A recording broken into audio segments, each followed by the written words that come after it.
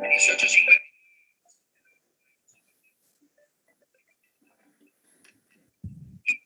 Bajen el sonido de Facebook porque hace eco.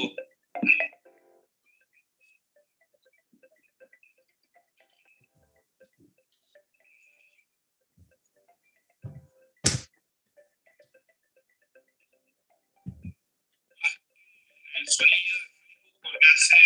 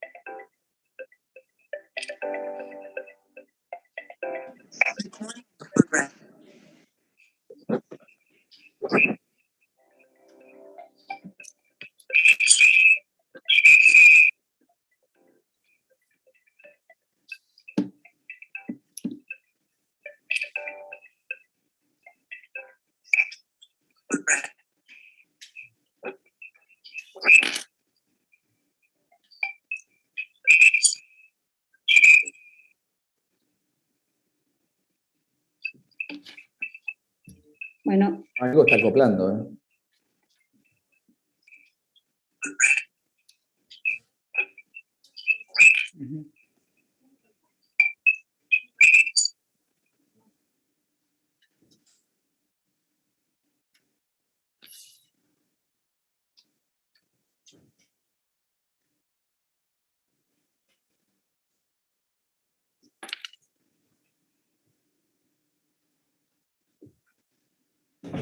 Bueno, buenas tardes. Bienvenidos a este primer seminario 2021, esta controversia. Mi nombre es Lauri Garzábal, soy la actual presidente de SADIP, Sociedad Argentina de Diagnóstico Prenatal y Tratamiento. Bueno, antes de darle la palabra al doctor José Nores, que es quien va a coordinar esta controversia, quería decir algunas cosas por ser el primer webinar. Primero, bueno, invitar a los que no nos siguen en las redes a que sigan a la sociedad en Instagram, en Facebook y en Twitter para, bueno, estar al tanto sobre las actividades y las publicaciones que se hacen periódicamente.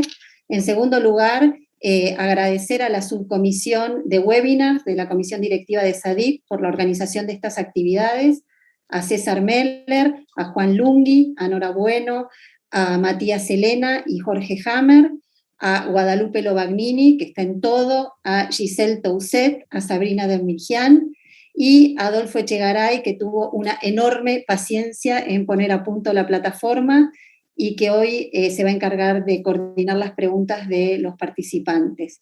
Y en tercer lugar, agradecerles a los dos disertantes que tenemos hoy, que José los va a presentar ahora, y que la verdad que desde el primer momento aceptaron con entusiasmo participar en esta controversia. Bueno, además del enorme cariño y respeto que les tengo, son dos referentes indiscutibles en el área de la medicina materno-fetal, así que no dudo que vamos a disfrutar de esta controversia. Adelante, José. Bueno, muchas tardes, muchas gracias a todos. Creo que con esa presentación no hace falta nada más, pero hoy en día en la charla de controversia de corticoides de impacto término tardío, a favor va a estar Gustavo Leguizamón, que es el jefe de sección de medicina materno-fetal del SAEMIC de Cava. Y en contra, alguien muy conocido nuestro también y querido, Lucas Botaño, que es el jefe de sección de medicina materno-fetal del Hospital Italiano de Buenos Aires. Bueno, Gustavo y Lucas, espero que nos iluminen y nos dejen muchas enseñanzas. Vamos a pasar ahora a las preguntas. Vamos a hacer una serie de preguntas para el público. Espero que las contesten. Vamos después a ver cómo nos da el resultado. Y al final de la charla vamos a ver si en algo se modificó la respuesta a esas preguntas. Bueno, adelante entonces. Empezamos con Gustavo. ¿Vamos a las preguntas primero? Sí, perdón. ¿Y quién las pone las preguntas? Yo las estoy poniendo ahora. ahora las pongo, estoy tratando de que... Yo mientras tanto, mientras vos las ponés, digo que yo sentí más cariño cuando habló de Lucas, José, que cuando me presentó a mí, no sé. Así como para empezar la controversia. Porque Lucas es mayor. Ah, muy bien. Bueno, ahí se puede votar la primera pregunta. ¿Querés leerla, José? Perfecto. La primera pregunta, paciente primigesta sin antecedentes de importancia, cursando un embarazo de 34,4 semanas que consulta por contracciones regulares cada 5 minutos. El tacto vaginal es de 3 centímetros de dilatación y borrado en un 50%. ¿Utilizaría corticoides en este caso? Vamos a dar unos segundos más.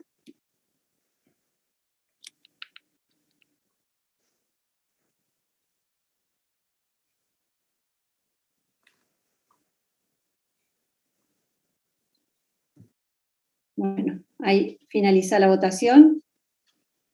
Y estos son los resultados. Bien, Por bastante el sí parejo. y por el no. Vamos a la segunda. Ahí Laura, empieza. déjalos un segundito a los resultados, así Guada puede capturar los porcentajes para después compararlos. Sí, Bien.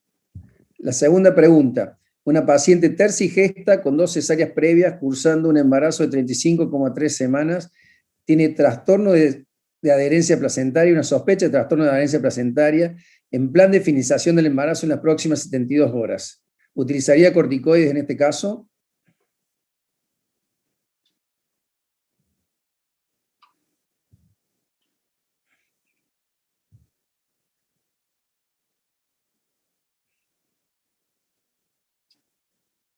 Unos segundos más. Ahí está. Y estos son los resultados de esta. Bien. Vamos a la tercera. Tercera pregunta. Paciente primigesta sin antecedentes de importancia, cursando un embarazo de 36,3 semanas en plan de cesárea electiva por placenta previa oclusiva total. ¿Utilizaría corticoides en este caso?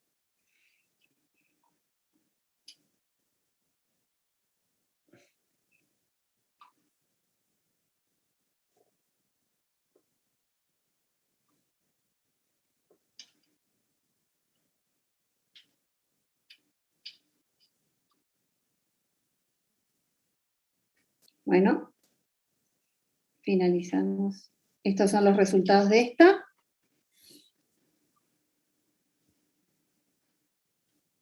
Y la última pregunta. Paciente primigesta sin antecedente de importancia, cursando embarazo de 36,2 semanas de gestación, que consulta por contracciones regulares cada 10 minutos. Tiene un tacto vaginal de 2 centímetros de dilatación, borraron un 50%. ¿Utilizaría corticoides en este caso?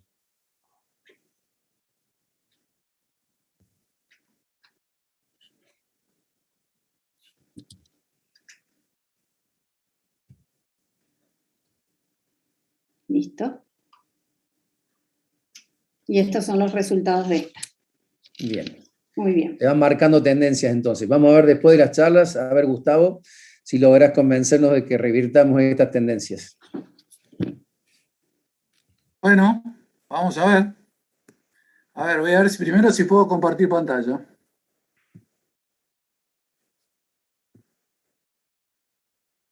¿Está bien ahí?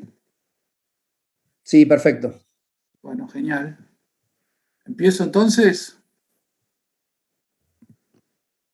¿Me escuchan?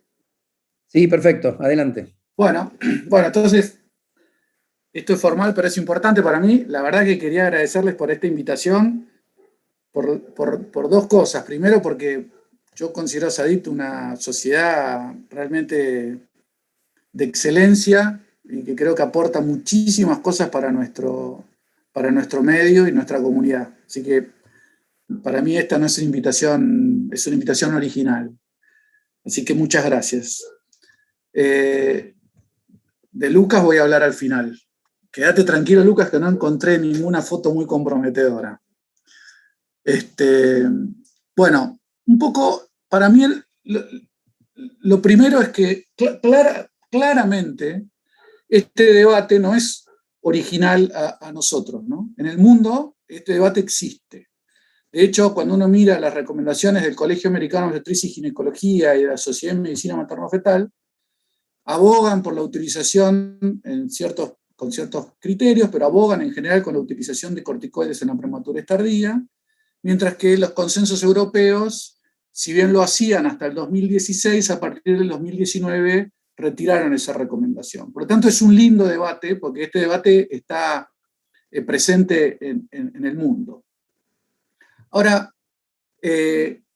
la verdad es que es muy curioso, ¿no? Acá lo que ven en la foto es la opinión de Lucas, y después a la izquierda la mía, ¿no? Esta foto es muy reciente, como podrán ver.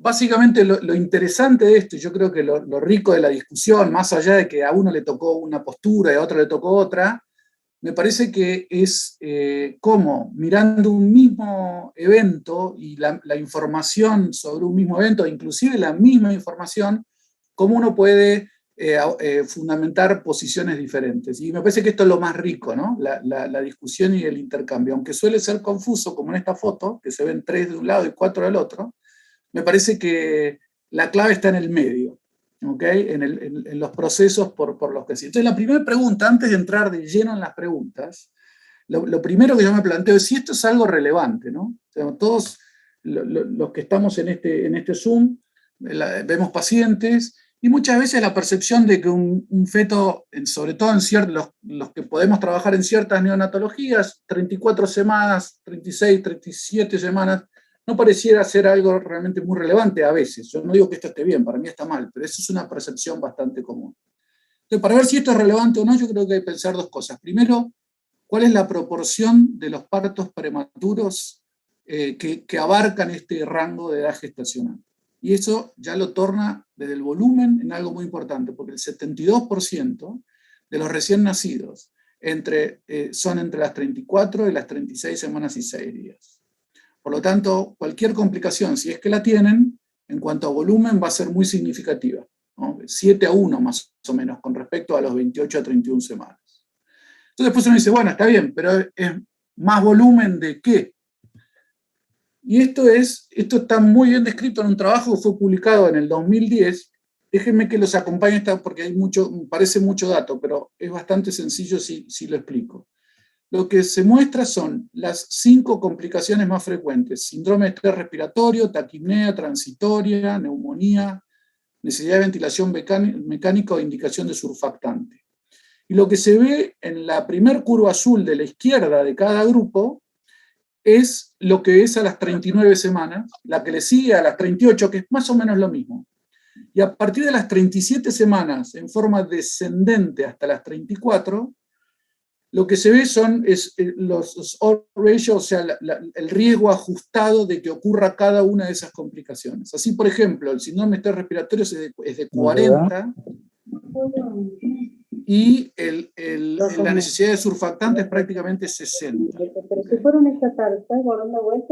Lau, ¿te estás con el micrófono abierto? No soy yo, por favor, okay, perdón. si alguien más se silencia. Okay. Bueno, entonces, claramente la morbilidad respiratoria tiene una curva dosis-respuesta entre la 34 y la semana 37. 38 y 39 ya desaparece, y no son complicaciones menores. Por lo tanto, esto es relevante desde las complicaciones y desde la frecuencia de prematurez. Y finalmente, a mí siempre me gusta entender los mecanismos. No voy a entrar en esto en detalle, pero sí conceptualmente. Entonces nosotros estamos diciendo que hay más complicaciones en los recién nacidos entre 34 y 37 semanas. Si uno ve un pulmón anatómicamente, esa edad gestacional está prácticamente desarrollado. Sin embargo, lo que explica este fenómeno, lo que ustedes ven es, acá hay 3 compartimientos: la placenta, la madre, la hipófisis y las adrenales de la madre, y el feto, la hipófisis y las adrenales de la madre. Lo que uno observa a nivel placentario en los días previos al inicio del trabajo de parto es un aumento consistente de la CRH. Esto es se produce por 2 feedbacks. Uno, la placenta estimula la pituitaria fetal y materna, produce ACTH, esto estimula las adrenales, produce cortisol, y esto cierra el loop. Y esto hace que vaya subiendo la CRH. Pero lo importante es que también cada vez hay más cortisol. ¿El cortisol qué hace?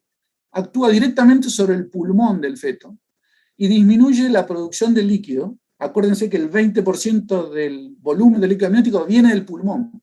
Y además promueve la absorción de ese fluido pulmonar. Por lo tanto, cuando cuando ese loop no tiene tiempo de ocurrir, como es en el pretérmino tardío, que todavía no empezó, porque esa es donde se sustenta el inicio del trabajo de parto a las 38, 39 semanas, entonces esa disminución de la producción de líquido y la promoción de la reabsorción no ocurre, y eso es lo que finalmente se asocia con el síndrome de estrés respiratorio y la taquipnea transitoria.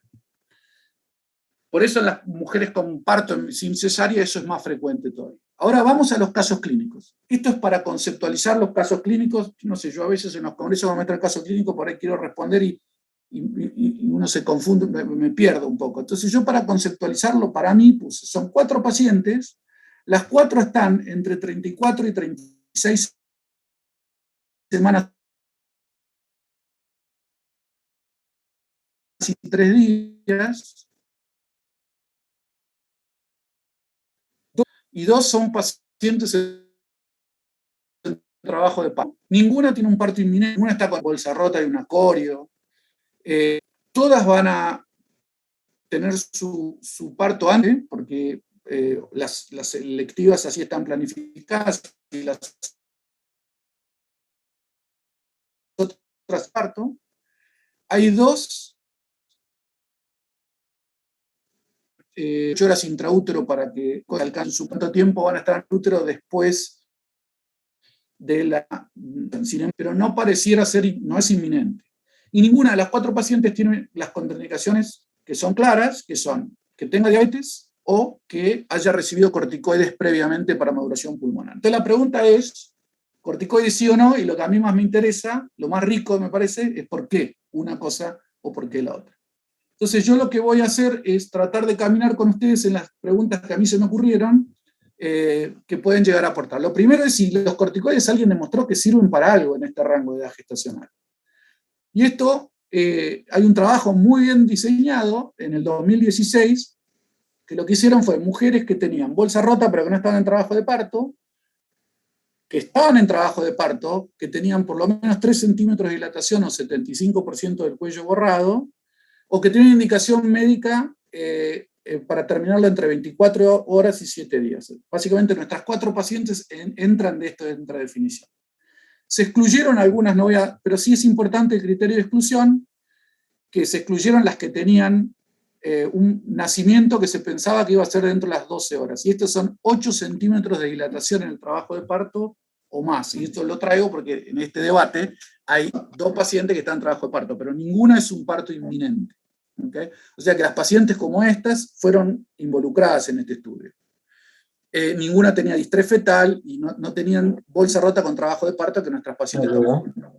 Esas pacientes se randomizaron, unas placebo y otros tratamiento con betametasona. Y estos son los resultados. Ellos vieron que resultado primario eran, hasta arriba a la derecha, es un resultado compuesto, o sea, cualquiera de esas cosas que requieran oxígeno a más del 30% por 4 horas, asistencia respiratoria mecánica, cualquiera de esos determinantes respiratorios que están arriba a la derecha, con uno positivo, eso se consideraba presente. Bueno, eso disminuyó en un 20%.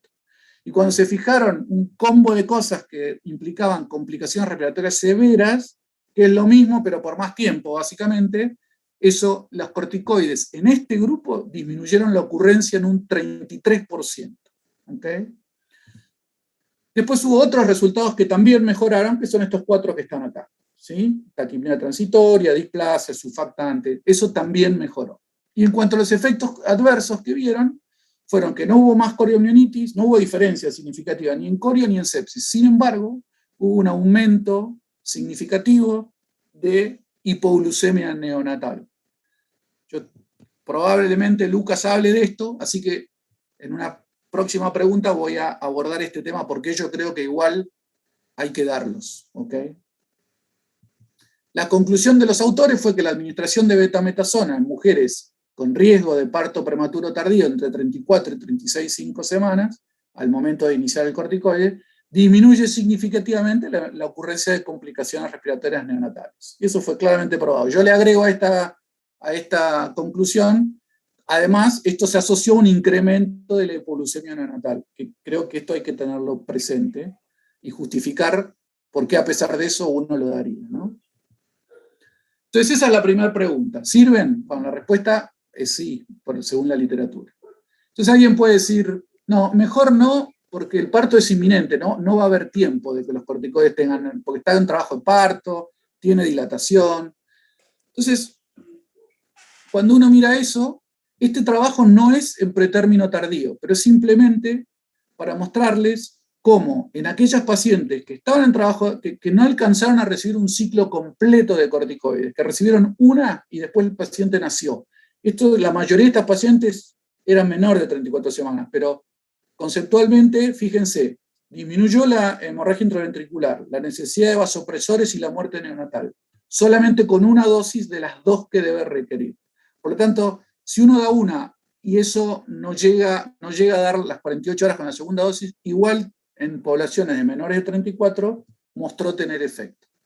Y cuando uno mira eso mismo en poblaciones como la que nosotros queremos discutir, hay una revisión sistemática que mostró más de 3.000 pacientes y los criterios de parto inminente eran pacientes con dinámica regular que tenían 6 contracciones en 1 hora, con por lo menos 3 centímetros de dilatación cervical y borrado en un 80%.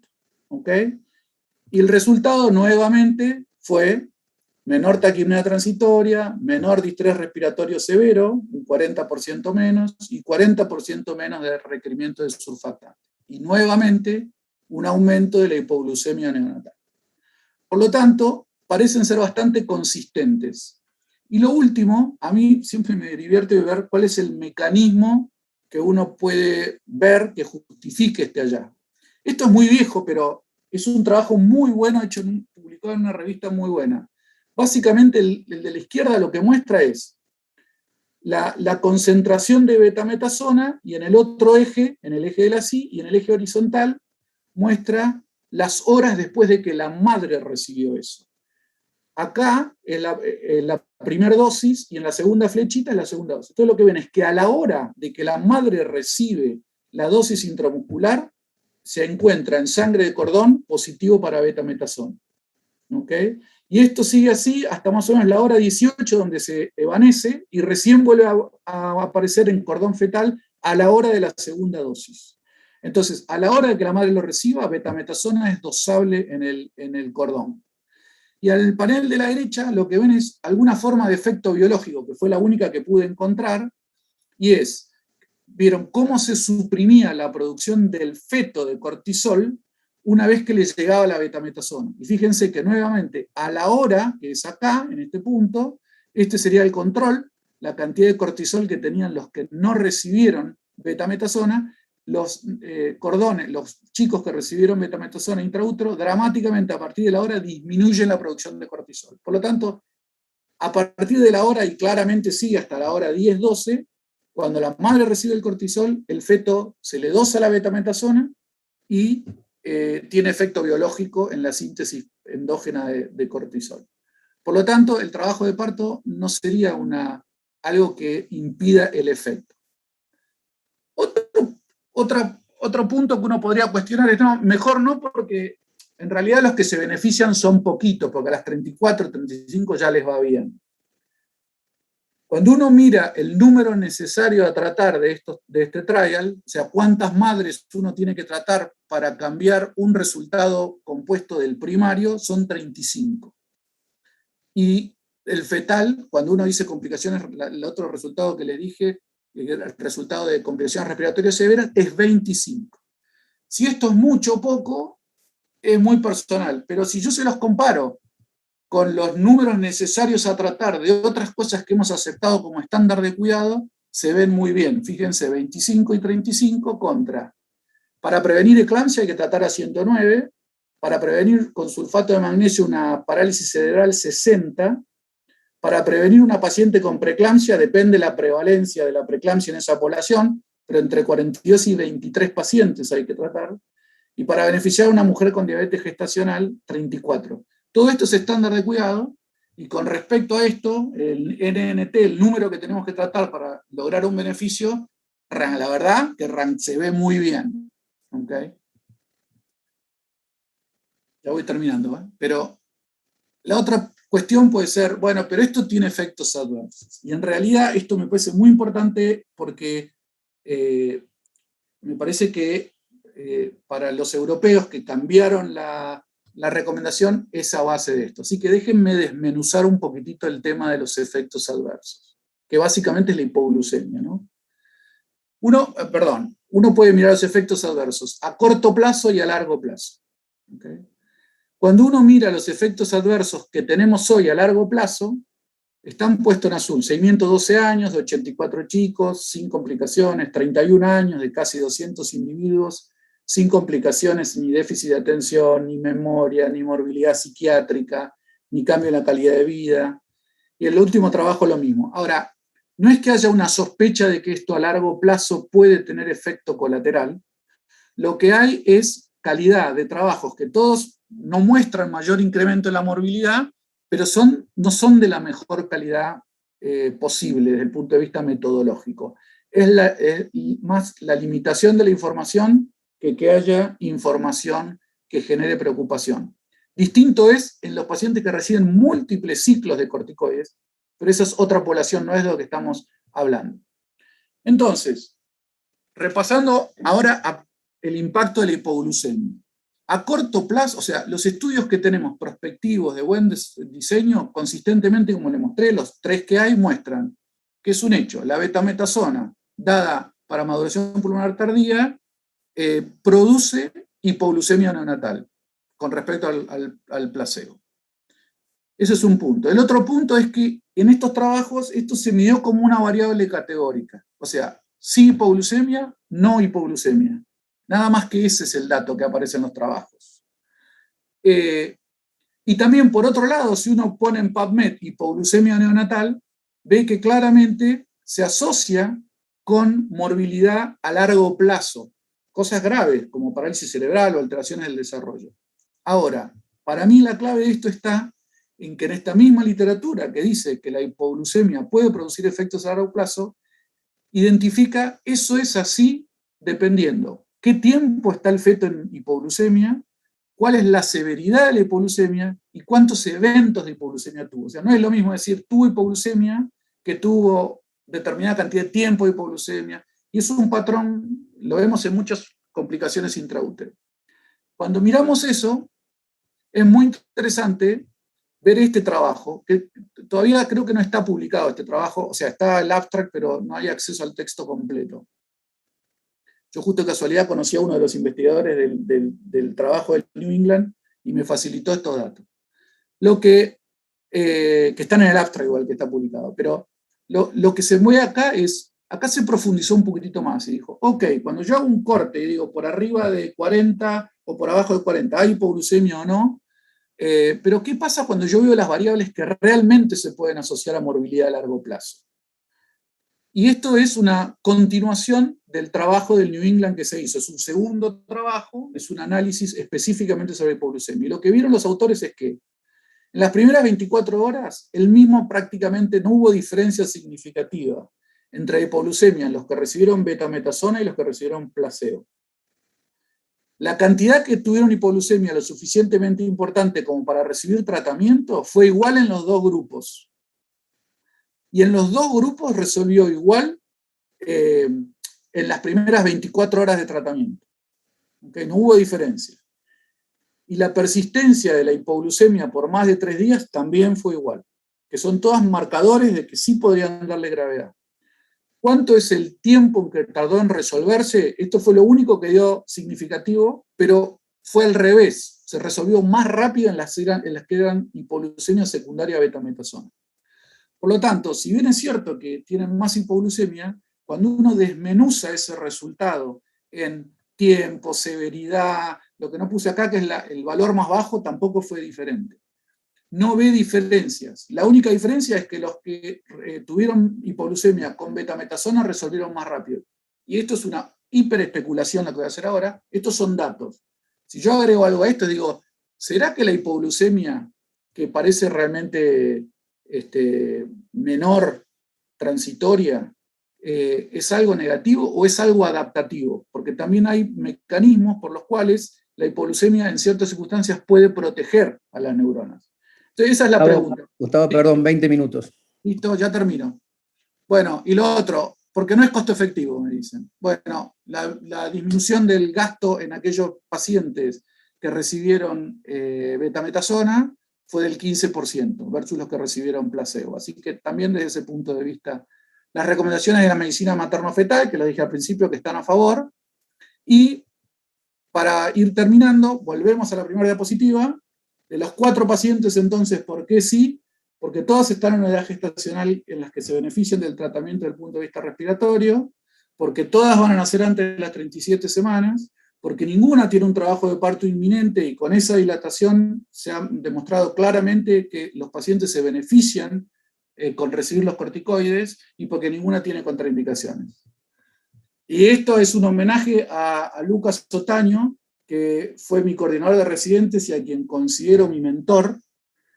Yo nunca nadie me había enseñado que era un mentor y eso es lo más valioso para mí. Yo aprendí que Lucas fue mi mentor sin saber que lo era. Años después, cuando aprendí lo que era un mentor, me di cuenta que Lucas había sido mi mentor y me enseñó muchas cosas y me apoyó en cada cruzada difícil que tuve, siempre un consejo importante. Así que para mí es un honor estar con vos, Lucas, compartiendo esta charla. Muchas gracias. Excelente, Gustavo, muchísimas gracias. Bueno, Lucas, tu turno. Dale fuerte.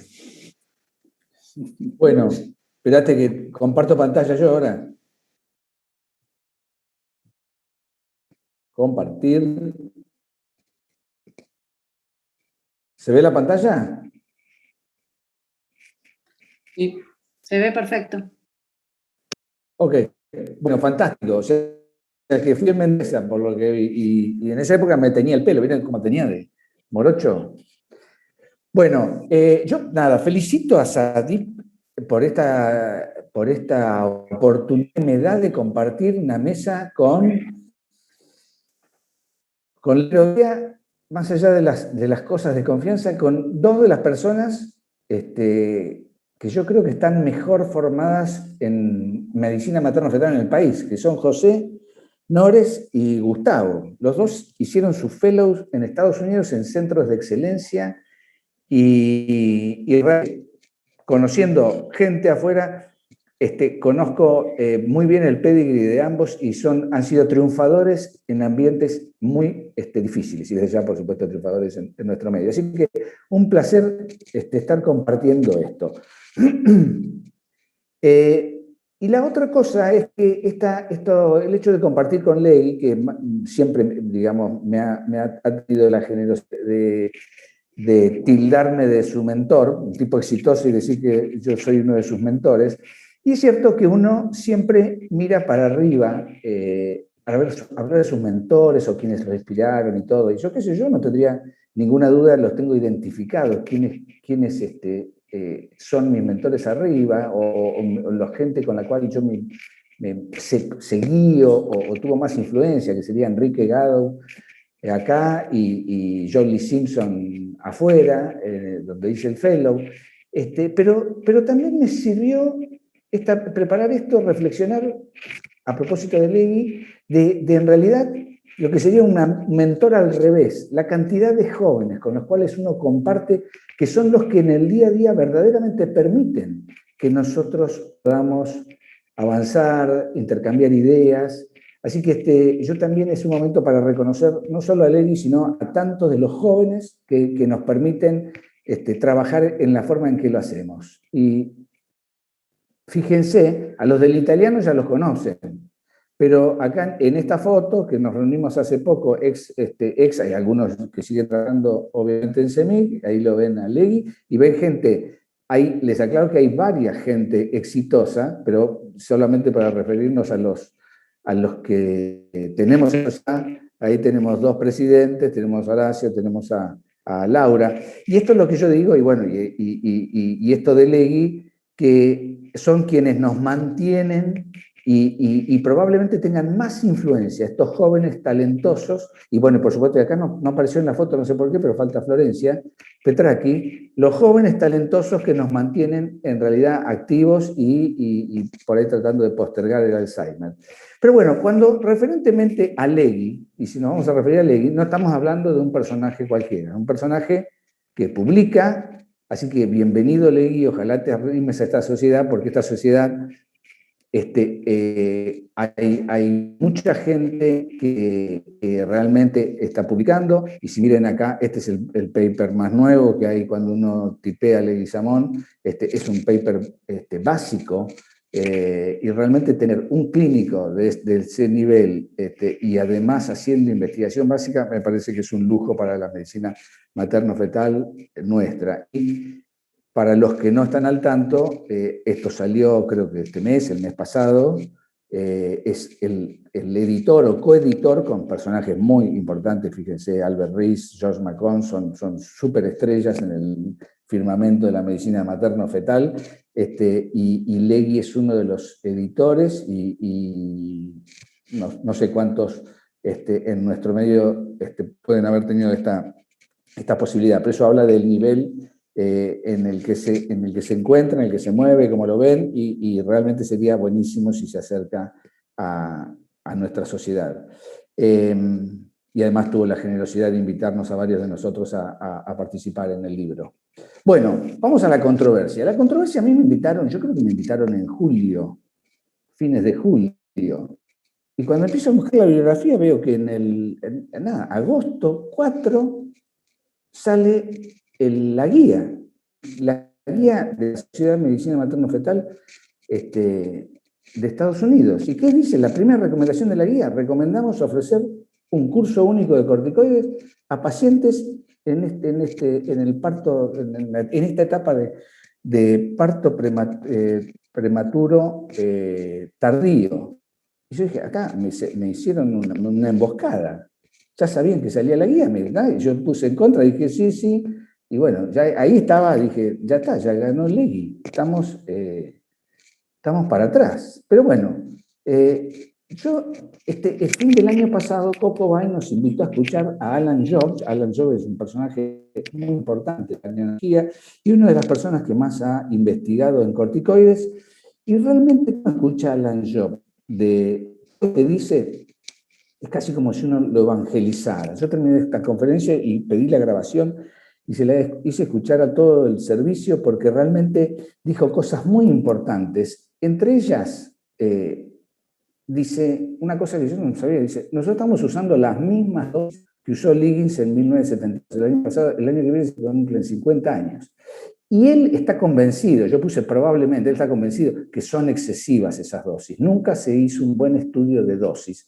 Y cuando estudian los niveles que son que funcionan para maduración pulmonar en animales, en distintos modelos animales, y los que han encontrado en cordón son mucho más bajos que los que usamos normalmente. O sea que estamos dando una droga fuerte, probablemente en dosis excesivas.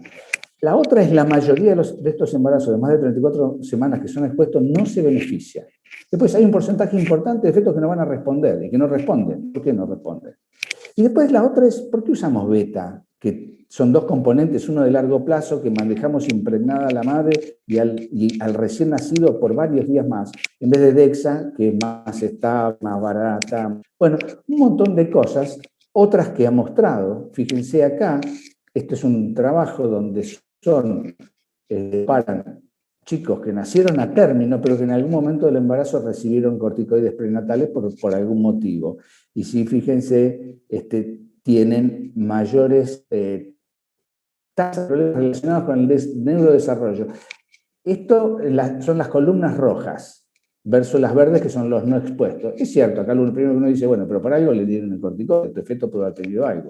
Pero bueno, es un dato importante. Y la otra cosa que también mostró yo, que es muy interesante, me pareció muy clara, es nosotros damos el corticoide para prevenir las principales complicaciones del prematuro, como es muerte neonatal, distrés respiratorio o hemorragia ventricular. La damos, y acá recuerden, todo lo que cruza el 1 es que no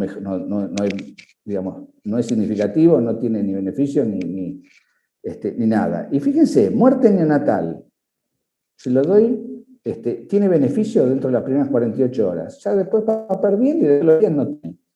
Síndrome de distrés respiratorio, si lo doy, es efectivo dentro de las 48 horas y la semana, ya después de 7 días hay diferencia entre biocorticoides y biocorticoides. Hemorragia ocular dentro de las 48 horas. Después, y ni hablar después de los 7 días, si recibo corticoides. O sea que lo primero que uno se dice, ¿tiene sentido dar corticoides si no estamos convencidos que van a ser en los próximos días? Y esto es todo un cambio cultural. O el que dicen en la guardia, no, ya está maduro la semana pasada. No, ya está vencido, porque ya no tiene más efecto de maduración. Y vamos a poner el tema en perspectiva. Estas son las principales complicaciones de los prematuros: dificultad respiratoria, sepsis ventricular, enterocolitis y faltaría muerte. Y fíjense, nosotros nos vamos a poner en perspectiva de lo que estamos hablando. Estamos hablando de esta etapa. Y puse 3 líneas porque algunos consideran 34, lo consideran 34 hasta 34,6. Pero estamos considerando de esta etapa. Es decir, que fíjense, esto es la naturaleza. Morbilidad neonatal severa por edad gestacional. Es decir, que a las 34 semanas en adelante, claramente ya bajó todo. Es decir, que si yo acá tengo un beneficio de 30-40%, realmente hago una diferencia. Ahora, ya después bajar lo que está muy bajo no es tan fácil. Fíjense, el único que acá, en esto, que son datos clásicos ya de unos años, el que queda un poquitito más arriba es dificultad respiratoria. Y vamos a ver qué pasó en el trial sobre el cual se basan todas las recomendaciones con respecto a dificultad respiratoria o distrés respiratorio. Y esto es a largo plazo. Fíjense, qué morbilidad crónica tengo después de las 34 semanas. Va a ser muy difícil hacer cosas que mejoren lo que ya realmente funciona en general. Bueno, la segunda bibliografía que encuentro es que en julio también había salido otro, que es el de la guía que la sacó el EICO, pero también estaba involucrado en la Sociedad de Medicina Materno-Fetal, de parto pretérmino temprano por indicación médica. ¿Y qué pone? Dice, en caso de nacimiento anticipado se recomienda un curso de betametasona dentro de los 7 días del parto que mujer, esto lo dice la guía. ¿Y cuáles son estas situaciones médicas? Vamos a pasar rápido. Placenta previa, cretismo, basa previa, cesárea previa clásica, rotura uterina, olimios aislado, menor de 2 centímetros de bolsillo vertical máximo, ausencia de flujo de fin de diástole, sumatoria de trastornos que hagan que tenga que terminar antes. Los gemelares lo meten en la guía, que no está aprobado, y a las inmunizaciones que eventualmente requieran transfusión. Trastornos maternos, hipertensión, diabetes pregestacional con complicación vascular, diabetes gestacional pobre control, colestasis divide entre familiares mayores o menores de 100, o ruptura prematura de membrana.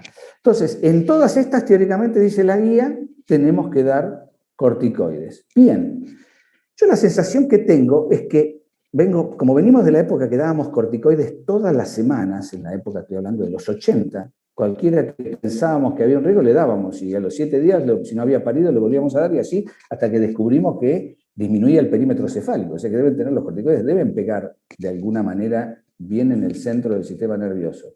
Pero veamos la evolución de los últimos años de las guías. 2010, Royal College. ¿Quién debería recibir corticoides prenatal? En riesgo de parto pretérmino y iatrogénico antes de las 35 semanas, y después debería darse a toda cesárea electiva planificada antes de las 38 más 6 días, o sea, antes de las 39 semanas. Juzgado, a mi juicio. Esto hace 10. ¿Cuándo se deberían repetir los cursos de corticoides? Bueno, dice, no, disminuye el peso y disminuye la circunferencia cefálica. No están recomendados. Bien, ya por esta lo chivamos, damos repetidas dosis. 2015, de nuevo, participa Royal College, considerar corticoides entre 34 y 36, 35 semanas y 6 días. Ya no pone hasta las 37, pone 35 hasta las 36 en los embarazos que van a hacer ahí. Cosa interesante que dice y agrega, y este me parece que es el punto más importante. Tengo que explicarle a la embarazada, le voy a dar a que es conocido, por lo menos hay un ruido. Y eso es lo que nosotros creo que no hacemos. Decimos corticoides, sí, ¿no? Pero espérate, porque la guía están empezando a decir, hay que explicarle los riesgos y los beneficios y qué es lo que no sabemos de los corticoides. Los canadienses, 3 años más tarde, fíjense qué es lo que dice. Corticoides prenatales en mujeres en riesgo, hace una descripción, disminuye la morbilidad en parto prematuro. Los expuestos a corticoides tardíos tienen más riesgo de hipoglucemia, tal cual nos explicó Legui.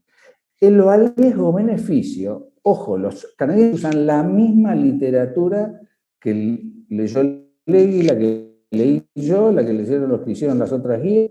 El balance riesgo-beneficio no avala la administración de rutina de corticoides en embarazadas entre 35 y 36 semanas, o sea que más adelante menos que menos.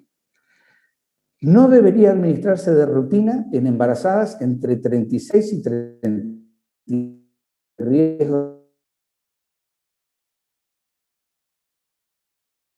de parto preterminado. Y puede administrarse. Así que cada vez que los canadienses digan, vamos a corticoides, tienen que dar riesgos, y en este caso reían al pediatra.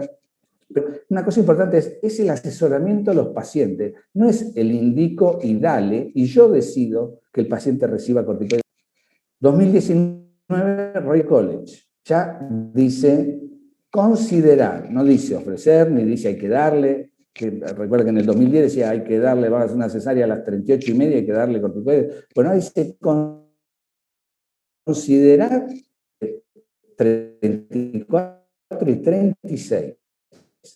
O sea, ni siquiera de 36 a 37. Se ha dado el alto NT, que yo colegio, no me preocupa el alto, si la medicación fuera inocua.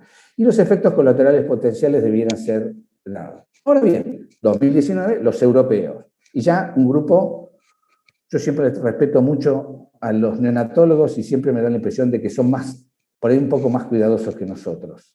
Entonces, neonatólogo, y Legui lo mostró al pasar, entre 34 y 36 los corticoides claramente reducen el riesgo de morbilidad respiratoria neonatal. No reducen el riesgo de mortalidad.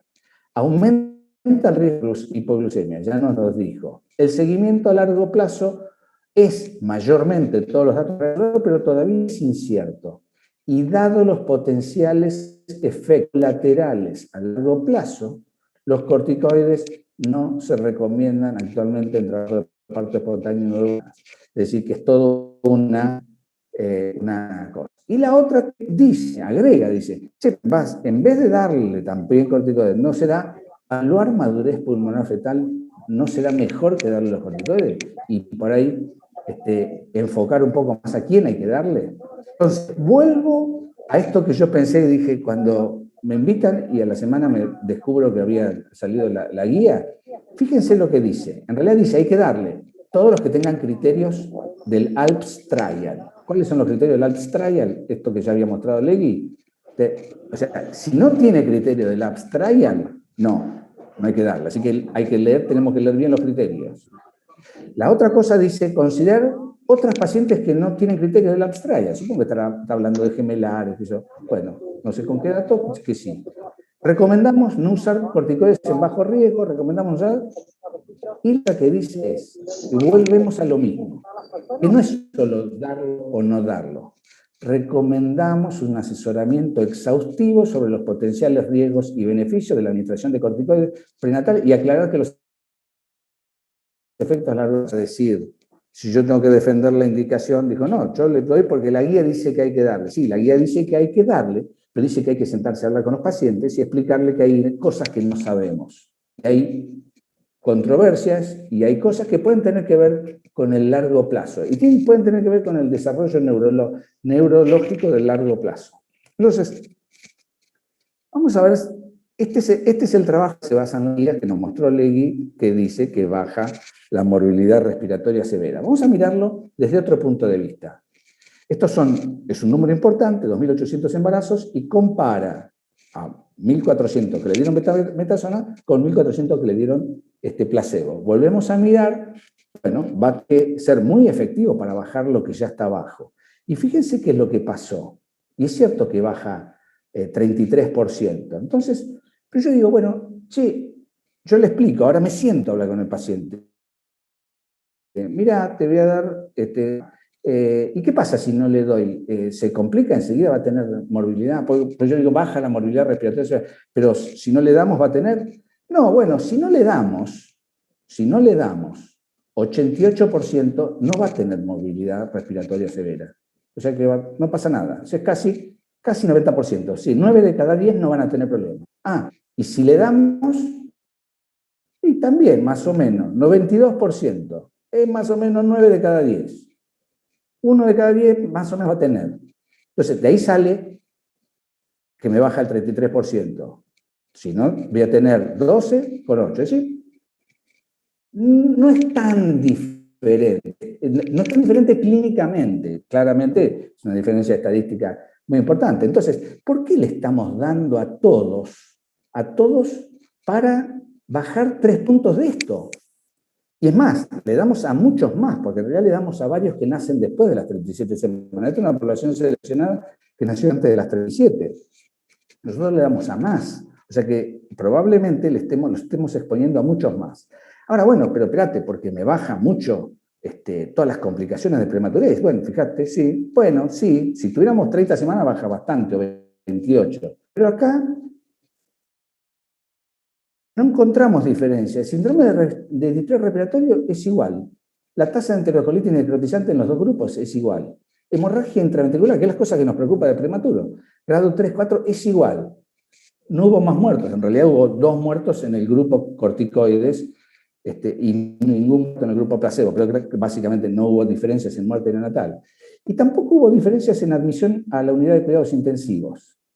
Sí hubo diferencias en surfactante, ¿no? Mira, tuvimos que usar surfactante en 3,1%. Tuvimos que usar en 3 de cada 100 versus en 2, porque 1,8 versus en 2 de cada 100 surfactante. Y la otra cosa que ocurre es que sí, vamos a tener 1 de cada 4 de los que le dimos corticoides tiene hipoglucemia.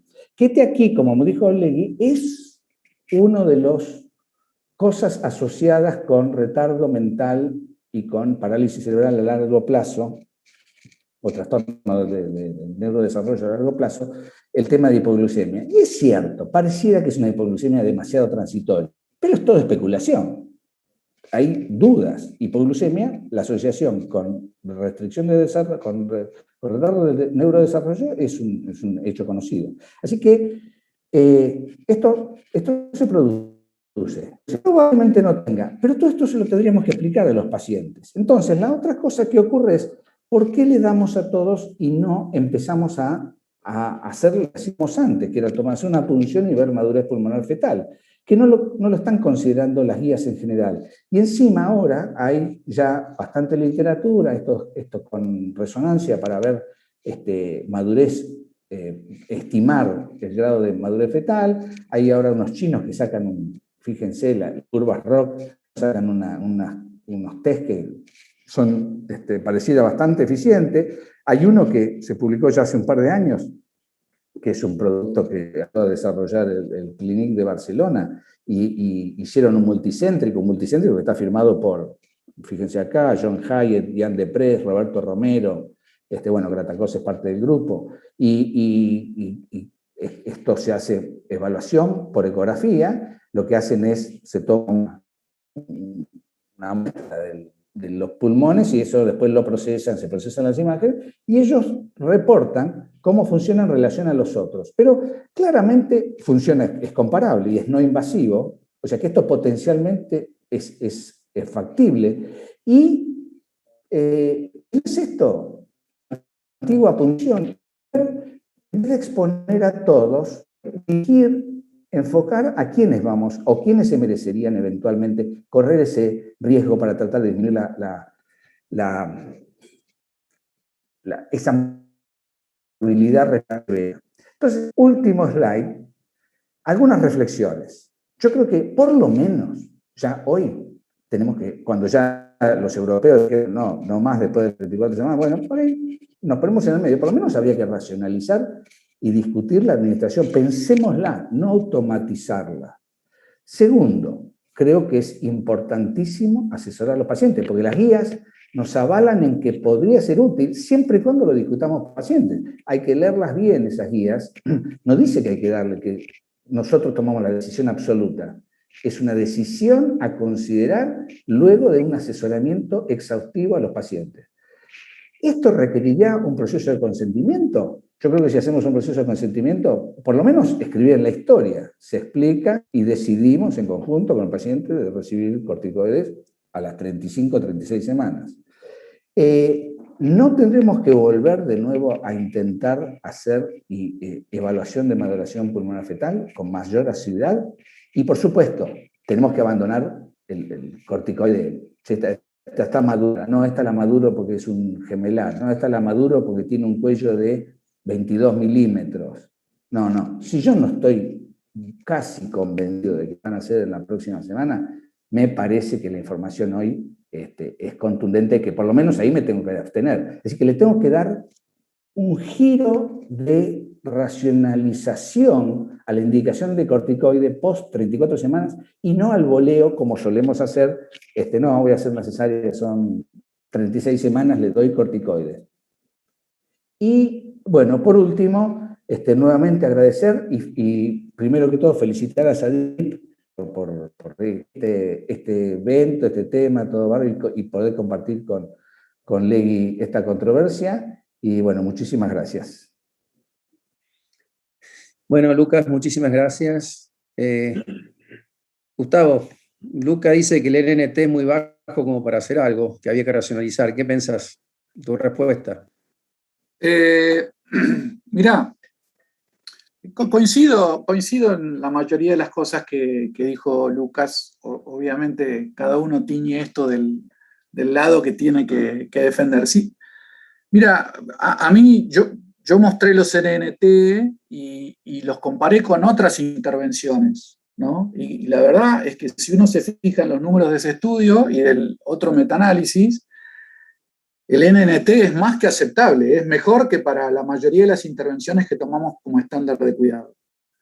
Es cierto, o sea, el otro tema, por ahí abordo 2 o 3 cosas que dijo Lucas. Yo estoy completamente de acuerdo en yo focalicé el enfoque a los casos clínicos. Obviamente hay que evitar la sobreindicación, ¿no? Porque esto yo creo que hay que ofrecerlo en base a la literatura que hay, pero estoy de acuerdo en que tiene que tener un consentimiento, y antes del consentimiento del paciente, que me parece muy importante, identificar la indicación apropiada, no sobreutilizar los corticoides, porque es muy claro. Yo creo que nada tiene demasiado riesgo y nada es demasiado seguro. Todo depende del riesgo-beneficio.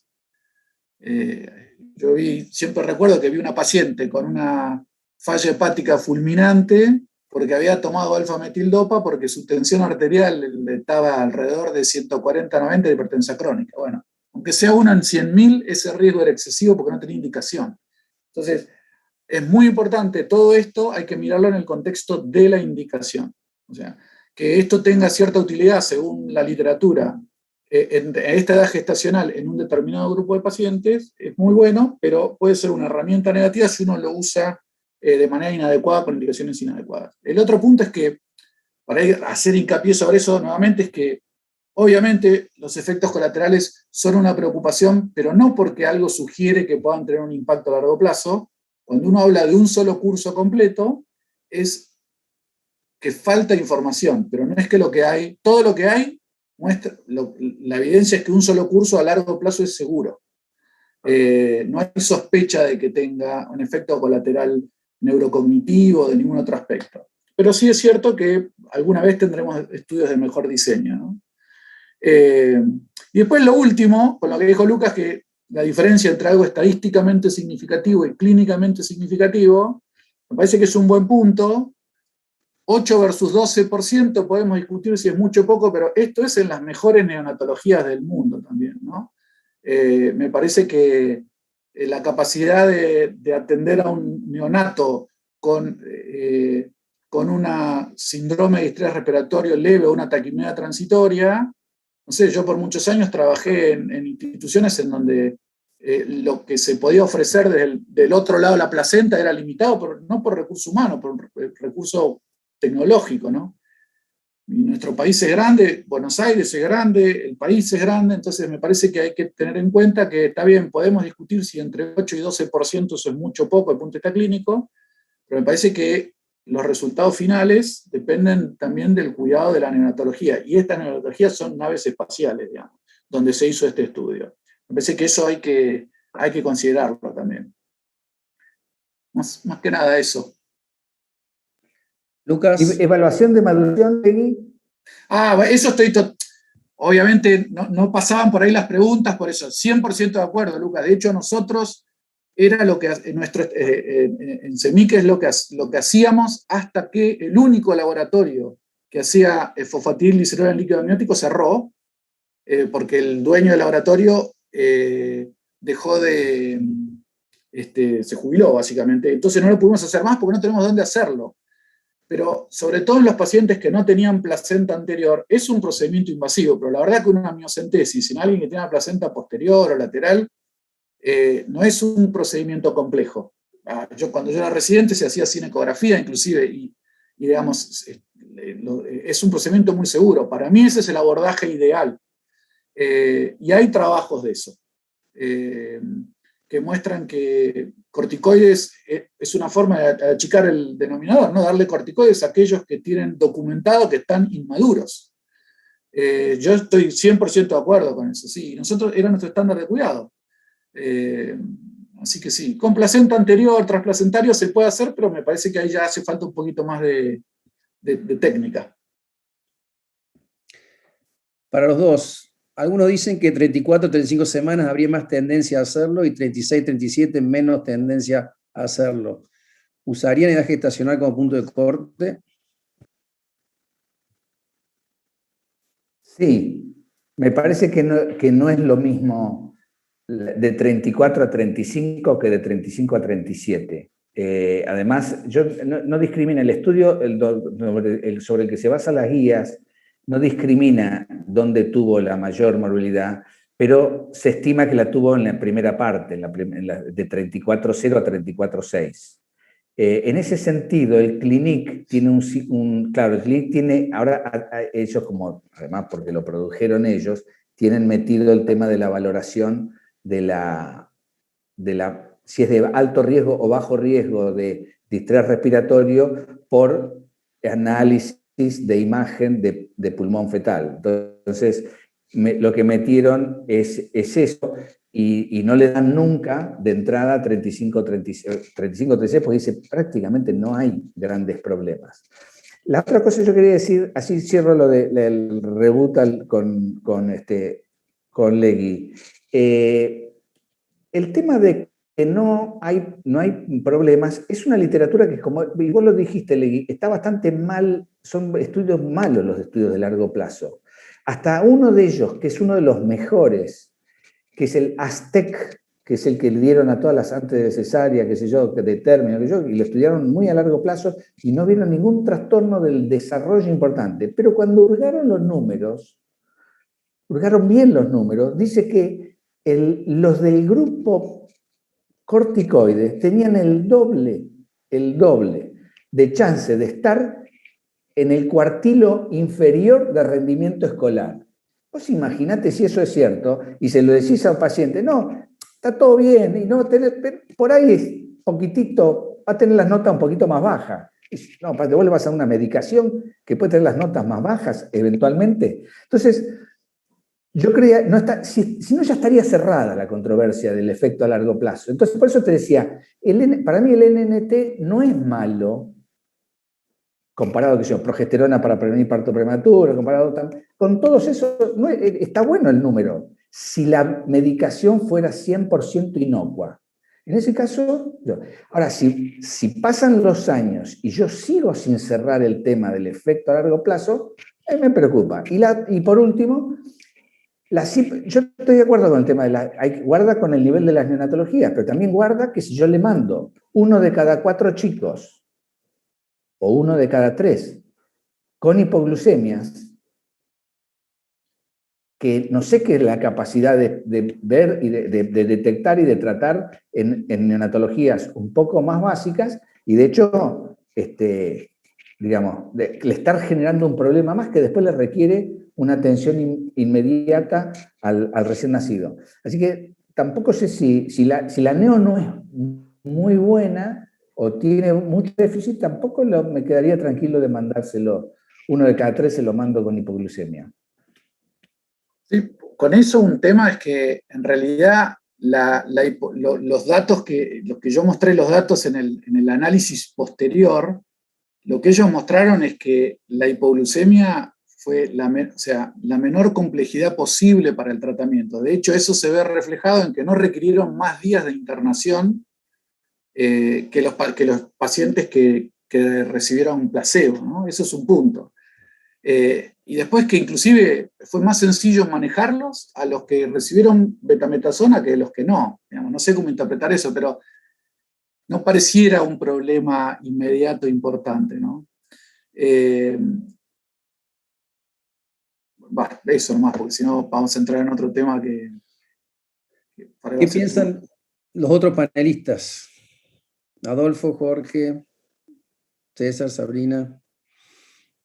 A mí me parece que es muy interesante. A ver, un problema que hay es que cuando uno quiere analizar el efecto a largo plazo de un factor, hay tantos confusores que cualquier estudio va a ser muy difícil de diseñar como para poder mostrar causalidad en uno solo de los factores, cuando, por ejemplo, sabemos que quizás también la prematuridad tardía e incluso la causa por la cual tuvo que nacer ese bebé pueden jugar en cuanto al neurodesarrollo, junto con un montón de otras cosas que pasan en la vida infantil. Entonces, eso para mí me parece que va a ser muy difícil en algún momento tener una respuesta, porque tenemos una limitación metodológica. Entonces, si nos quedan, lo de largo plazo no lo podemos evaluar, y tenemos lo de corto plazo, en realidad, si le damos, tenemos un poco más de hipoglucemia, que no parece ser grave porque es transitoria. Si no le damos, tenemos distrés transitorio, que suele ser una complicación autolimitada respiratoria, ¿sí? Entonces, en realidad el índice terapéutico es bastante bajo. A mí lo que creo que tenemos que poner el énfasis es más en lo que dice Lucas del tema de lo que yo llamo la randometasona, ¿sí? Que es básicamente darle porque pintó, ¿sí? Porque, y démosle porque es gemelar, o démosle porque cumplió 28 semanas, o 32, o 32.3 corticoides, y después quizás los tenga que repetir sabiendo que la repetición de los cursos de corticoides es lo que realmente, digamos, sabemos que hay evidencia de daño, ¿sí? Eso es un poco lo que se me ocurre. Yo no minimizaría, digamos, el hecho de que haya una complicación neonatal entre las 34 y las 37 puede ser infrecuente, pero yo creo que es más grave tener, obviamente después de un asesoramiento adecuado, ¿no? Pero todo lo que hemos tenido un mal resultado, más allá de la estadística, ahora hablo de la clínica, lo que hemos tenido un mal resultado en la neo, entre 34 y 36 y pico de semanas, tiene un impacto mucho más dramático que tener algo esperable a las 32 semanas desde el punto de vista respiratorio. Yo no minimizaría 60 veces más, o sea, vos tenés, cuando lo corregís, tenés 60 veces más chance de tener una complicación respiratoria grave si vos no intervenís que si intervenís. Eso te digo, el trabajo del NIH, que mostró solamente datos epidemiológicos, mostró que claramente entre las 4 y las 34 y las 37 el riesgo de enfermedad respiratoria grave es dosis respuesta. Entre las 39 y 38 no hay diferencia, 38 a 37, de 37 a 36, de 36 a 35, de 35 a 34, es muy importante la diferencia y llega a 60 veces más. Entonces, es cierto que estamos hablando de cosas de mucho menor impacto que las 28 semanas, pero un resultado subóptimo en un paciente que no recibió los corticoides con esta información, ¿no? Realmente me parece que es de un impacto también que no hay que minimizarlo. Yo no minimizaría eso a esa edad gestacional. Es mucho más grave la percepción de una enfermedad respiratoria. Además que si uno mira el éxito del tratamiento, no sé si habrá neonatólogos, es completamente diferente el tratamiento, la intervención, el manejo de un chico de alto peso y un chico grande, un pulmón que es completamente diferente, a un neonato que es prematuro, que en realidad es mucho más fácil el manejo sin irnos al extremo, ¿no? Entonces yo no minimizaría eso, ¿no? No lo pondría en un número 8 versus 13 o 30%. Me parece que no es menor el riesgo. Poco frecuente, pero no menor. Pero no tan grave como para ser mortal ni producir enfermedad respiratoria a largo plazo, es decir, displasia broncopulmonar. No. No para ser mortal en estas neonatologías. La mortalidad no cambió en neonatologías que vos sabés lo que son, ¿no? Entonces, trasladar eso a nuestra población, en nuestro país, cómo uno maneja una complicación, me parece que no sé si es posible, ¿no? Quizás lo otro conceptual es también lo que dice Lucas, que a mí me hizo acordar a lo que pasa, por ejemplo, con otras patologías, como por ejemplo una paciente que tuvo toxoplasmosis en el primer trimestre y vos le das piribetamina sulfa a algunos lugares donde no se hacen amniocentesis, a todas las pacientes, y estás sobretratando con algo que es parecido a la quimioterapia a 80% de las pacientes que probablemente no hayan tenido transmisión vertical. Entonces, creo que obviamente no es lo mismo piribetamina que corticoides, pero creo que tenemos que movernos hacia algo más dirigido a tratar a los que corresponde, ¿sí? Quizás, no sé si es factible el tema de hacerle una resonancia a una paciente que tiene trabajo de parto para ver la textura pulmonar, porque probablemente no lo sea, pero quizás la respuesta esté en hacer estudios ecográficos con deep learning o con algún tipo de inteligencia artificial que nos puedan dar una respuesta rápida, accionable, para saber quién se merece un tratamiento o no. Porque los corticoides, si bien no son pirimetamina, son drogas que actúan en receptores nucleares genómicos, o sea que evidentemente no es agua bendita, ¿no? Obviamente, digamos, eso es para cualquier intervención en embarazo, yo estoy de acuerdo. Cuanto uno más seleccione a la población, mejor va a ser la intervención, ninguna duda. Lo que pasa es que si uno es pragmático, o sea, si la paciente está internada hoy, sería ideal tener métodos no invasivos que tengan buena sensibilidad y buena especificidad y elegir una población. Y también había casos que iban, y otros que estaban en trabajo de parto, estaban a nuestra propia limitación y que muchas veces sabemos que van a nacer y después nacen a las 38 o 39 semanas. Es decir, lo que estoy diciendo es reconocer esto que no es lo mismo, lo más precoz que lo más cercano, que muchas veces pensamos que van a nacer, damos el corticoide y después no nacen. Y lo que quería traer a colación, que vos, Legui, lo pusiste en la última columna de tu resumen de los 4 casos clínicos, eran todas pacientes que no habían recibido corticoides previos. Porque si estamos teniendo esta discusión y esto que no está claro si sí o si no, y que por supuesto no vamos a llegar a una única conclusión, pero las guías, muchas guías, como mostró Lucas, no contemplan el corticoide en este periodo pretérmino tardío, y las que sí aclaran que no haya recibido corticoides previamente, que es una práctica que también vemos muy frecuentemente. La paciente ya recibió corticoides por el motivo que fuera, y a las 36 semanas le hacemos un toquecito, ¿no? Eso es todo lo que quería decir. Bueno. Bien, José. Primero felicitar, porque bueno, ya lo puse en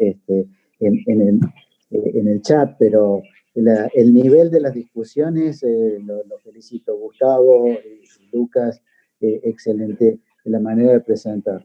En segundo lugar, le quería hacer una pregunta en cuanto a que, si mal no entendí, Lucas, las guías dicen no se recomendaría administrar corticoides a pacientes con diabetes gestacional y por otra parte sabemos que los pacientes con diabetes gestacional suelen ser aquellos que tienen un retardo en la maduración pulmonar, por un lado, y que se han ganado el apodo de gigantes con pies de plomo, ¿no? Y realmente quisiera saber cómo compatibilizamos eso, de tener la precaución en estos pacientes que pueden hacer o tener mayor tendencia a la hipoglucemia y a su vez que son los que tienen mayor inmadurez pulmonar. Y en segundo lugar, bueno, recordar también que no solamente el distrés respiratorio se debe a una inmadurez pulmonar, sino que en este periodo gestacional la hipertensión pulmonar juega un rol muy importante en el compromiso respiratorio. Tenemos una de las personas que más sabe de diabetes, Legui, así que es toda tuya la respuesta de los diabéticas. Bueno, igual yo quiero aprovechar, Lucas, para agradecerte por este debate, y la verdad está buenísimo. Y las cosas lindas que dijiste. Bueno, José, buenísima la pregunta. Las guías de la del SMFM lo que dice es diabetes pregestacional, no habla de la diabetes gestacional, ¿no? Bien. Y el motivo para contraindicarlo en diabetes pregestacional es porque eso aumenta el riesgo de hipoglucemia. Y lo aumenta a través de dos mecanismos. Uno, la macrosomía, ¿no? Y otro, la hiperglucemia periparto, que sabemos que el pasaje de glucosa a través de la placenta, si bien se hace por unos receptores que se llaman GLUT, a pesar de eso, son de difusión facilitada, que básicamente depende de la condición del compartimiento materno fetal. Entonces, si es en el momento que se clampea el cordón, hacen hipoglucemias agudas. Entonces, se contraindica, porque se excluyeron del trial, y se excluyeron del trial porque son factores que aumentan el riesgo de hipoglucemia. Ahora, habla de las pregestacionales. Yo creo que hay que excluirlas con la información que tenemos hoy a las pacientes pregestacionales. La duda que queda, y que es muy de práctica clínica, y que lo que voy a dar por eso es una recontraopinión, es que hace uno con aquellas pacientes que tienen diabetes gestacional tratadas con dieta, o diabetes gestacional tratadas con insulina, pero con un buen control. Yo, si el feto es macrosómico, esto es criterio médico, ¿no? Porque no hay información, así que con la limitación, criterio clínico que eso tiene. Yo no las excluiría a las pacientes que tienen diabetes gestacional con un feto macrosómico, porque tienen mucha más chance de tener hipoglucemia solo por esa condición. Excluiría a las que no tienen control, que son de difícil control adecuado, y solo, en general tratamos de excluir a todas, pero solo incluiría a aquellas pacientes que uno tiene las condiciones para hacer un control adecuado de la glucemia, aún siendo una diabética gestacional. O sea, si hace falta, nosotros en otras situaciones, la diabética gestacional es, con los corticoides, hay protocolos específicos de bomba de insulina endovenosa, que con gente entrenada no es tan complejo de hacerlo, se pasa inclusive en la sala, no tienen que estar en terapia intensiva, y uno puede garantizar que con una bomba de insulina continua endovenosa puede mantener una glucemia normal. Pero son pacientes muy selectivas. Si yo tuviera que dar un título, si es diabética, no le daría esto. Si es pregestacional, no lo podría justificar de ninguna manera. Si es gestacional con macrosomía o con pobre control, tampoco. Si es gestacional y todo impecable, lo consideraría. Después de asesorar a la paciente, si la paciente lo acepta, como dijo Lucas, y solo si tengo la capacidad técnica de, eventualmente, si fuera necesario, poner una bomba de insulina y tratarla. Pero no sería la primera paciente que elijo. Perdón la longitud, espero que haya sido clara. Perfecto, Gustavo, gracias. Juan y Mario, un segundito. Tenemos preguntas del público. Adolfo, si puedes empezar con ellas. Y ya vamos. Y voy a leer 3 preguntas del público que en realidad no son tanto sobre pretérmino tardío, sino en general sobre pretérmino corticoides. La primera dice si deberíamos tener en cuenta la longitud cervical a la hora de decidir usar corticoides, si hay algún factor, algún punto de corte debajo del cual en una paciente uno debería indicar corticoides por cervicometría. No sé si quieren hacer algún comentario al respecto. Lucas, ¿querés vos o yo? No para esta edad gestacional. No, para antes de las 34, digamos. Ah, ¿para antes de las 34? Si estoy muy sospecho que se me va a hacer en los próximos 7 días, sí. Si no, no. Sí, yo acuerdo, Lucas. Yo creo que el problema de la longitud cervical es que es un moderado predictor de que va a ocurrir el evento, es un pésimo predictor de cuándo va a ocurrir el evento. Y como sabemos que los múltiples dosis de corticoides tienen efectos colaterales, uno debería evitarlos, salvo el de rescate, digamos, pero no, ¿cuándo los doy? Cuando le hice la ecografía y queda que tiene 20 milímetros, cuando ingresa. Entonces yo así de entrada, solo por el cuello, no los utilizaría. Aún si tuvieran un 2 milímetros, por ejemplo, con funneling. Si tengo que hacer un cerclaje de emergencia que tiene 2 centímetros de dilatación y la bolsa, o sea, ahí sí, si no, hemos visto muchas veces pacientes con 2 milímetros de cuello que están semanas ¿no? Igual creo que es discutible, ¿no? Yo, digamos, pero si van a preguntar mi opinión, no, a no ser que haya un evento que hable de, como dijo Lucas, entre 48 horas y 7 días, ¿no? Igual agregaría, perdón, para no ser más papista que el Papa, si yo estoy en el segundo trimestre, cuello de 2 milímetros, si ese caso se come 2 series de corticoides a lo largo del embarazo, no me preocupa.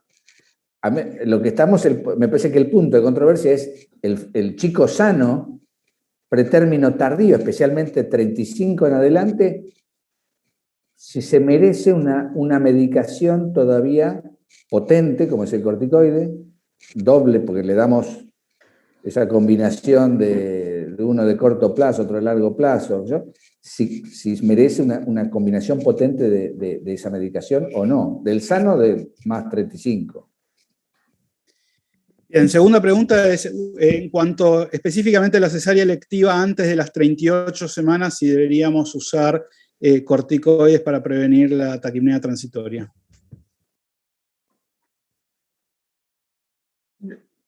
A ver, antes de la 37 sí.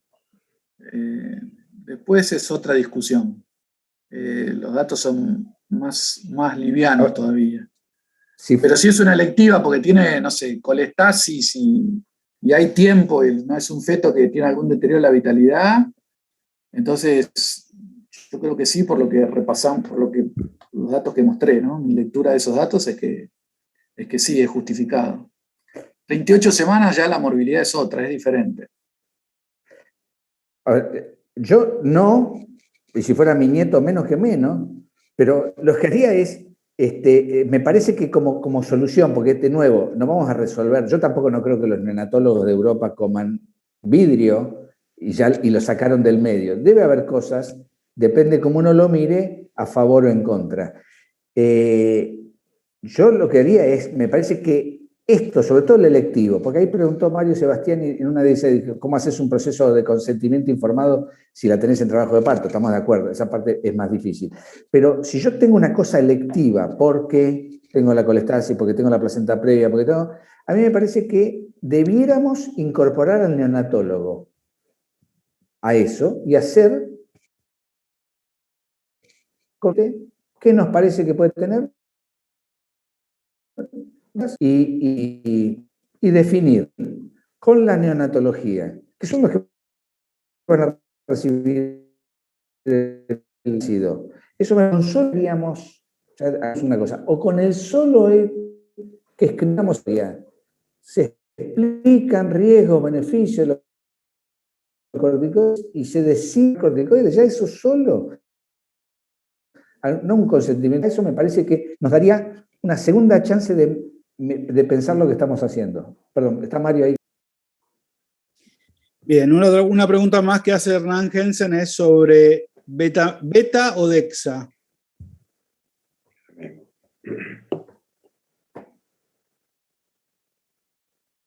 Tenés literatura para un lado, para el otro.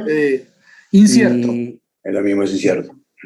Sí, y tenés, si vos lo escuchás a Alan Job, es muy interesante, porque además te explica por qué los cosas, porque con la otra vos lográs niveles que se te van de las manos, y después tienen el recién nacido que todavía tiene corticoides por varios días.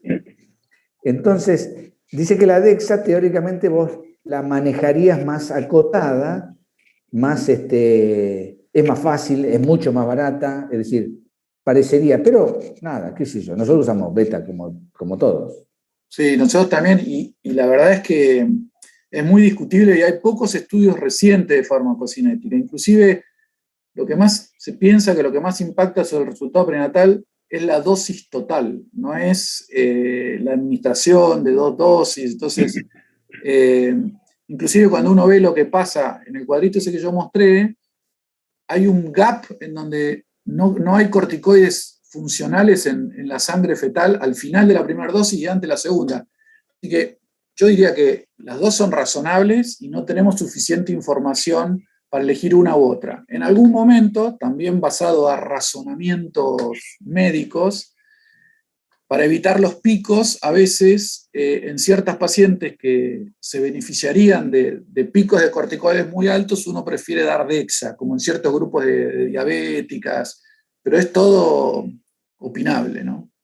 Creo que las dos son razonables. Mario. Una última pregunta es sobre pacientes COVID que hayan recibido corticoides como manejo de la patología materna, si uno debería tener alguna consideración en cuanto al asesoramiento de los posibles efectos de estos corticoides.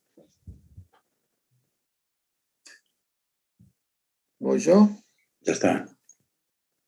En realidad, en general se usan corticoides que por la beta-hidroxilasa de la placenta no atraviesan placenta, menos del 10% atraviesa la placenta. Entonces, y como desde el punto de vista fetal, no sería tan preocupante como los corticoides que uno da en dosis. Si uno diera corticoides que atraviesan placenta, beta o dexa, que llegan al feto, eso sería otra historia. Estos son corticoides que en realidad atraviesan menos del 10%. El asesoramiento que uno tiene que hacer ahí es con las complicaciones de esos corticoides que son diferentes a todo lo que hablamos y que tiene que ver con parto prematuro, bolsa rota y diabetes gestacional. Pero sabemos, tampoco esto no es de COVID, pero nosotros sabemos que la mortalidad de COVID en mujeres no embarazadas, no la mortalidad, el ingreso a terapia intensiva por COVID crítico es más o menos 0,45%. Si la mujer está embarazada y tiene ningún factor de riesgo, menos de 35 años, es del 1%. Y si tiene 35 años o más, hipertensa, sobrepeso, es del 3%. Y las corticoides en ese contexto son fundamentales. Entonces creo que hay que pesar el riesgo-beneficio, me parece que hay que asesorarlos y recomendárselos. Pero no por estas causas que estamos hablando, porque es todo indirecto el riesgo para el feto, no es directo. Sí, Mario, tenía una pregunta. Sí, a ver, yo tenía un pequeño comentario. O sea, la verdad, en primer lugar, felicitaciones. La verdad que el debate fue buenísimo, de un alto nivel. Yo quería decir que los corticoides, como bien lo manifestaron, no es inocuo, no es agua bendita, y es una medicación que hay que tener cuidado. Sin embargo, fíjense ustedes que en la mayoría de los partos, de las amenazas de parto pretérmino, que uno le ha dado corticoides, más del 70% llegan a un parto normal. O sea que desde el vamos hay un mal diagnóstico de lo que es una amenaza de parto prematuro para indicar los corticoides. Está claro que los corticoides, yo participé mucho, tuve una intensa participación en el McPike Trial, creo que Luca también, y no sé, alguien más de ustedes. Y bueno, y ahí se llegó a la conclusión que son las dosis únicas de corticoides entre las 24 y las 34 semanas, ¿no? Y con el número necesario a tratar que mostró recién Gustavo. Eso es lo cierto. Luego, en ese mismo estudio, no quedó claro el repique famoso que algunos indican, especialmente en los congresos, ¿no? Entonces está demostrado, inclusive en el McPike Trial, ¿no es cierto?, que la dosis de repique no habría que darla. Hay algo que me gustó, que lo de Gustavo, de ambos, por supuesto, que quería manifestarlos, que entre 24 y 34 semanas, la verdad que no se duda. Es dudoso si tienen que dar una dosis o 2 dosis. Ese estudio es verdad que nunca se hizo. Pero vos, Gustavo, mostraste recién que entre las 34 y las 36 semanas, ¿no es cierto?, mostraste un número necesario a tratar de 88. O sea que de 88 que vas a tratar, vas a evitar un caso de no sé si membrana hialina o respiratorio severo. No, es o 25 o 30-35 el NNT. Bueno, o sea... depende del resultado que vos quieras evitar. 25 Bueno, es si querés evitar las enfermedades respiratorias severas. exacto. Bueno, igual es un número impecable, digamos, desde el punto de vista epidemiológico. Tenés que tratar 25 para evitar un caso de una enfermedad respiratoria severa. Lo cual, si vos tomás las evidencias, y después yo termino con esto, si vos tomás las evidencias, vos tendrías que darle corticoides, entonces, en aquellos pacientes de inminencia de parto pretérmino o un parto que lo tengas que inducido entre las 34 y las 36 semanas, de acuerdo a lo que vos mostraste y a los estudios que dicen así, ¿correcto? Entonces, sin embargo, el efecto a largo plazo, como dice Lucas, es incierto, y vos también lo mostraste, o sea, mostraste un trabajo a 30 años y algunos pueden tener un deterioro, un déficit, digamos, en el aprendizaje, o ligero, moderado. Así que en realidad está controvertido, pero sí tiene que quedar claro que hay que hacer un buen diagnóstico de la amenaza de parto pretérmino para indicar los corticoides. Hoy más del 60% o 65% de los que reciben corticoides tienen el parto en la semana 38-40. Que la indicación principal está entre las 24 y 34 semanas. Y no recomendar la dosis de rescate, porque yo veo en los congresos, ¿no?, que, digamos, varios disertantes terminan su conferencia y bueno, y si yo le di corticoides en la semana 27 y el chico no nació, y ahora estoy en la semana 32, ¿qué hago? Y bueno, dale una dosis más de betametasona, ¿no?, de corticoides. Bueno, quería que un poquito ustedes también aclararan este tema, porque esto es diario, en realidad. Y después tiene que haber también la infraestructura hospitalaria, de verdad. A ver, si nace un bebé de 28 semanas en el Children's Hospital, va a ser muy diferente que si nace en unos hospitales de acá, del conurbano bonaerense, por ejemplo. Bueno, pero me gustaría que enfaticen un poquito más el tema de la dosis de repique que habitualmente muchos la siguen recomendando. Gustavo y Lucas. Lucas y Gustavo, cortito, porque vamos a volver a las cortito, así volvemos a las preguntas. Dale. Dale vos, Lucas, que yo hablé mucho. No, bueno, digamos, lo que aprendimos hoy es, si van a hacer, porque con lo que preguntó Mario, por ahí cerramos un concepto, una idea. Si van a ser entre las 34 y 37, no le damos nada. No hay ninguna guía que no coincida con eso. Bien. Si ya recibió corticoides y van a ser pretérmino tardío, es indicación, casi te diría, de no darle. Sí, eso sí. lo dicen todos. Después las otras, si van a ser a las 32, qué sé yo, después se ve. Bien, vamos a las preguntas. Vamos a la primera. Volvemos a la primera pregunta. Paciente primigesta, sin antecedente de importancia, 34, 4 semanas, contracciones cada 5 minutos, 3 centímetros, borrado un 50%. ¿Se lo damos o no se lo damos? Guada, ¿cuánto era la votación previa? En la anterior, el sí tenía un 54% y el no un 46%. A ver ahora. Tic-tac, tic-tac, tic-tac, tic-tac. Damos unos segundos más. ¿Qué es un minuto? Tiene que ser el mismo N exactamente, Laura, si no, no vale. Bueno. Un buen punto ese, ¿eh? Sí. ¿Cuántos eran, Guada, antes? ¿Dice? Antes teníamos 240 y... Sí. Ahí está. Este es el 63 por el sí, 37 por el no. Aumentó el sí. Vamos a la segunda. Antes era por el sí 58, por el no 42. 42. Yo estoy muy nervioso, Lucas, no sé vos. No sé si Tendré que volver a la cerveza. Volvemos. Ahora subimos una semana. Paciente, 12 cesáreas previas, 35 semanas, 3 días.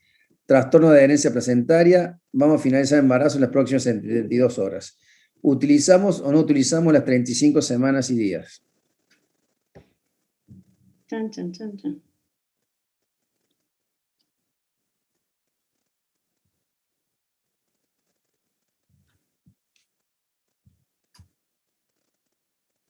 Ahí está. Unos segundos más. Por el sí 67, por el no 33%. Vamos a la tercera. Me siento el escribano de... Prato Murphy. Bueno, eso... Eso dice, me cayó la sota. Mirá cómo se ríe Bueno, Flor. ahora estamos a las 36 semanas y 3 días. Cesárea electiva, placenta previa, oclusiva total. ¿Sí Antes el, o no? antes el sí 36 tenía un semanas. 40% y el no un 60%. Acá hay tendencia. Vamos a dar unos segundos más. Ahí está. Acá está, ¿eh? Me encanta decir lo de los segundos. Ahí vamos. 72 por el no, 28 por el sí. Y la última.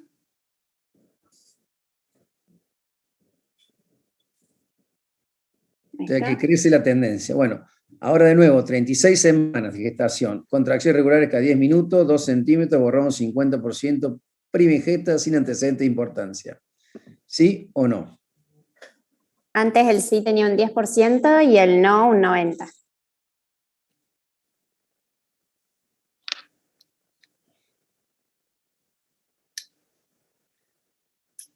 La Muy anterior bien. también tenía 36 semanas, ¿no?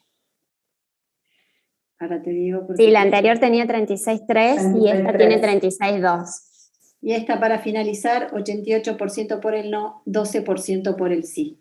Poneme la anterior, a ver. Escribana, ¿es un empate? Y hay una tendencia de edad gestacional, ¿no? Esta es la anterior. Poneme la anterior. Ahí voy. No, pero Legui convirtió a varios, sobre todo en edades gestacionales tempranas. A las tempranas están convertidos. Acá lo rico es la discusión. El sí convirtió a 3, ¿eh? O sea que 34 y 35 semanas le daríamos 36, 37, la tendencia es a no darle. Ahí está. Bueno, muy bien. Una cosita, Laura, nada más, que me quería autocorregir.